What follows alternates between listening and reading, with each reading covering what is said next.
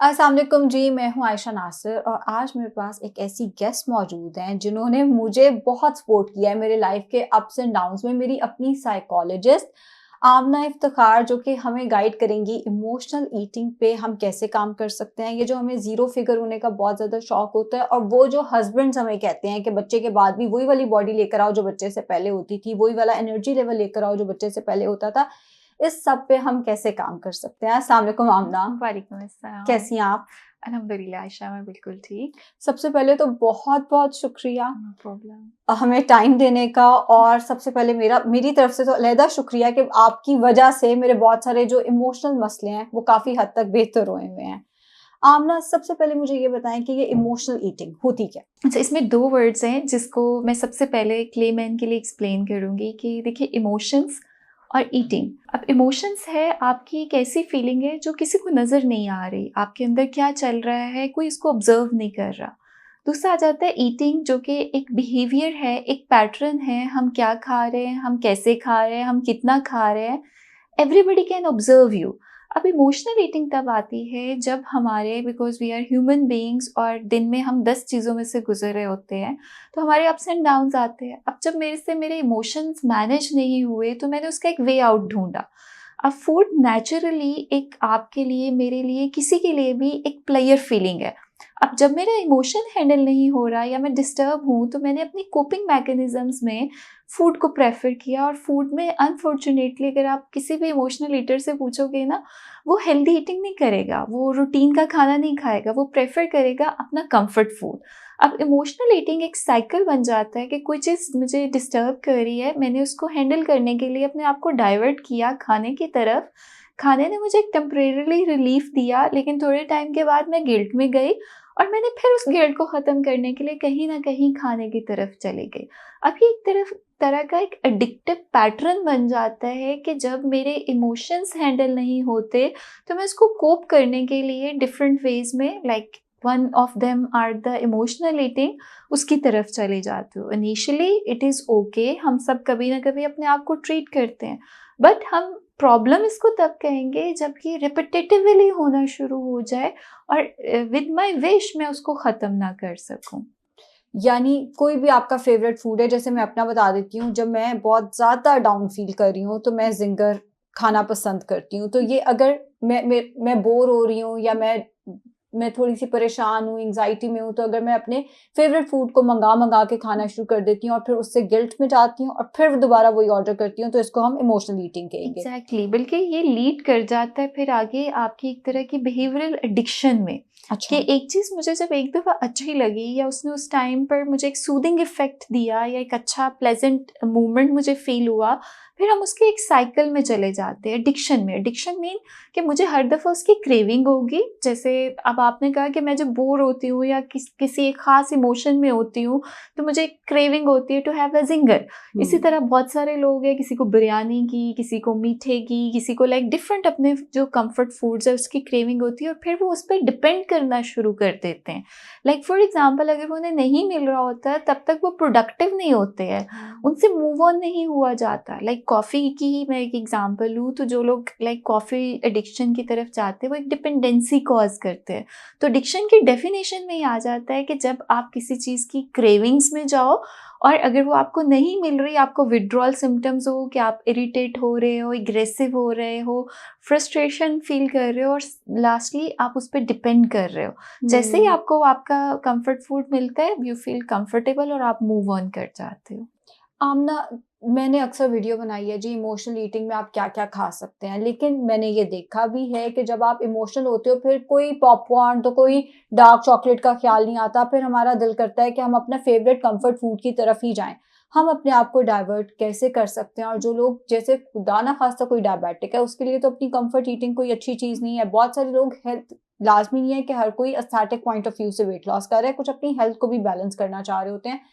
लेकिन वो अपने इमोशंस को रेगुलेट नहीं कर पाते, तो उस टाइम पे वो अपने आप को डिस्ट्रैक्ट कैसे कर सकते हैं? ठीक है, इसमें जो फर्स्ट इनिशियल पॉइंट आता है ना, हम जब भी मैनेजमेंट की बात करेंगे ना, चाहे वो इमोशन की है, चाहे वो डाइट की है, ईटिंग की है, उसमें पहली चीज़ आती है कि मुझे अवेयरनेस हो। मेरे प्रॉब्लम के बारे में, मेरे ट्रिगर्स के बारे में, कि जैसे फॉर एग्जांपल एक इमोशनल ईटर आपके पास आया, आपने उसका एक बहुत अच्छा प्लान बना दिया एक हेल्दी अल्टरनेटिव ऑप्शंस के साथ, वो लेके घर चला गया, उसने 1 दिन कोशिश की, 3 दिन कोशिश की, चौथे दिन वो अपने वापस पैटर्न पे आएगा। क्यों? क्योंकि आपने उसको सॉल्यूशन तो दे दिया, उसको अवेयरनेस नहीं दी अबाउट हिज और हर प्रॉब्लम।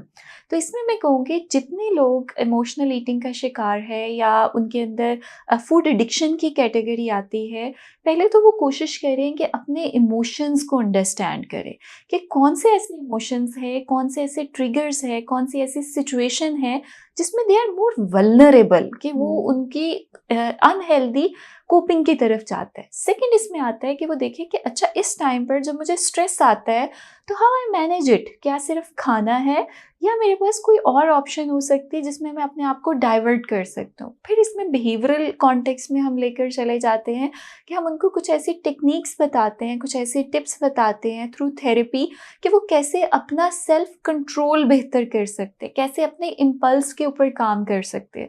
तो अगर मैं इन जर्नल इसको कहूँ तो it's not like one tip, it is a process कि हमने उसको पहले अंडरस्टैंड करना है, एनालाइज करना है, अवेयर करना है और फिर हमने उसको कंट्रोल और डाइवर्ट या मैनेज करने की तरफ जाना है। लेकिन अगर मैं क्विकली कहूँ कि कोई भी इमोशनल ईटर है, चाहे उसको हेल्थ इश्यूज़ हैं या इन जनरल एस्थेटिकली ही और she want to be like good in his posture, तो उनके लिए मैं कहूँगी कि कोशिश किया करें जैसे ही आपको इम्पल्स आए to eat something, just take a pause for 1 minute, not more than that.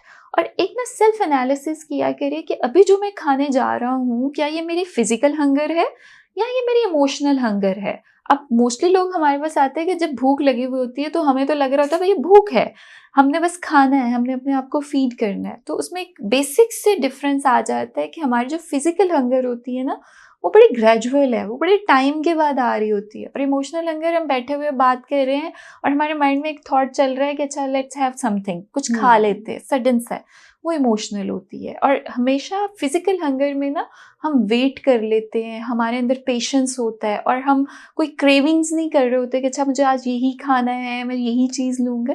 But relatively अगर आप इमोशनल हंगर को देखोगे तो we just have certain thought कि यही खाना है, इस तरह का ही होगा। तो एक क्विक असेसमेंट एंड पॉज बहुत सारे इमोशनल ईटर्स को अपनी इस प्रॉब्लम को अंडरस्टैंड एंड ओवरकम करने में हेल्प करता है।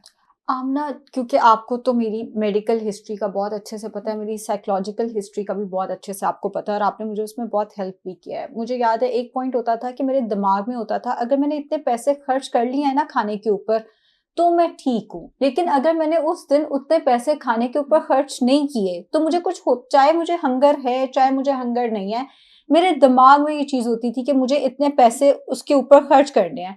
फिर इवेंचुअली मैंने क्या किया कि मैंने एक अलग अकाउंट खोला, रोज के वो पैसे उसमें भेजना शुरू किए और at the end of the week मैं कोई सूट या मैं कोई ज्वेलरी या कुछ ना कुछ उस तरह से स्पेंड करने लग गई। लेकिन इमोशंस तो कहीं ना कहीं मेरे वहीं पे हैं, मैंने उनको रीडायरेक्ट कर दिया अपना।